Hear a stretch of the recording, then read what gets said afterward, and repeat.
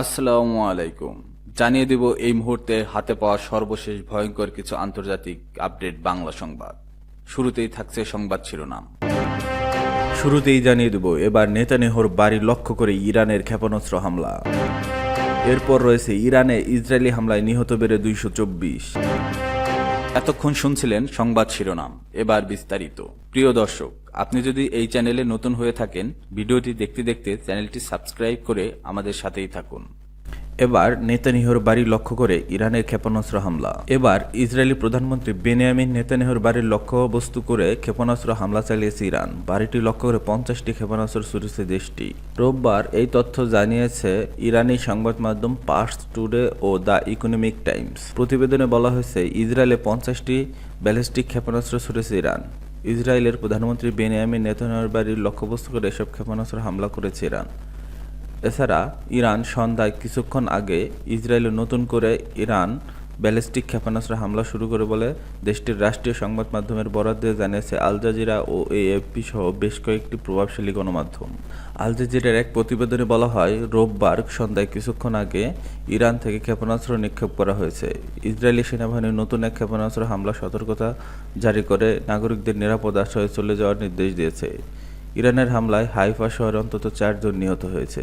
ইরানের সরকারি সংবাদ সংস্থা ইরান সহ বেশ কিছু গণমাধ্যমের বরাত দিয়ে এএফপির প্রতিবেদনে বলা হয়েছে, ইসরায়েলের দিকে নতুন ক্ষেপণাস্ত্র হামলা শুরুর ঘোষণা দিয়েছে। রোববার ইরান ইসরায়েলের উপর নতুন আক্রমণ শুরু করেছে।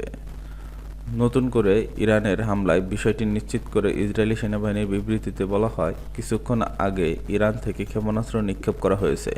নাগরিকদের সুরক্ষিত এলাকায় প্রবেশ করতে এবং পরবর্তী নির্দেশনা না দেওয়া পর্যন্ত সেখানে থাকার নির্দেশনা দেওয়া হয়েছে। এর আগে শনিবার রাতে ইসরায়েলের বিভিন্ন শহরে শতাধিক ড্রোন ও ক্ষেপণাস্ত্র নিয়ে জয়ানবাদীদের বিভিন্ন সামরিক ও জ্বালানি স্থাপনায় হামলা চালায় তেহরান। এতে বহু ইসরায়েলি হতাহত হয়েছে বলে খবর পাওয়া গেছে। পাল্টাপাল্টে এই হামলার উভয় দেশের কয়েক শতাধিক মানুষ হতাহত হয়েছেন। ইরানে ইসরায়েলি হামলায় নিহত বেড়ে 224। ইসরায়েলের বিমান হামলায় রোববার পর্যন্ত ইরানের নিহতর সংখ্যা বেড়ে 224 দিনে পৌঁছেছে। দেশটির স্বাস্থ্য মন্ত্রণালয় এ তথ্য জানিয়েছে। খবর এপির। ইরানের স্বাস্থ্য মন্ত্রণালয়ের মুখপাত্র হোসেইন কেরমানপুর বলেছে, গত 65 ঘণ্টায় ইরানে ইসরায়েলি বিমান হামলায় 224 জন নিহত হয়েছেন। সোশ্যাল মিডিয়া প্ল্যাটফর্ম এক্সে এক পোস্টে কেরমানপুর বলেছে, নিহতদের মধ্যে নারী ও শিশু রয়েছে। প্রায় 1277 জনকে হাসপাতালে ভর্তি করা হয়েছে। তিনি আরও বলেন, হতাহতের 90%-এরও বেশি বেসামরিক নাগরিক। বার্তা সংস্থাটি আরও বলেছে, গত 13 জুন ইরানে হামলা শুরু করে ইসরায়েল।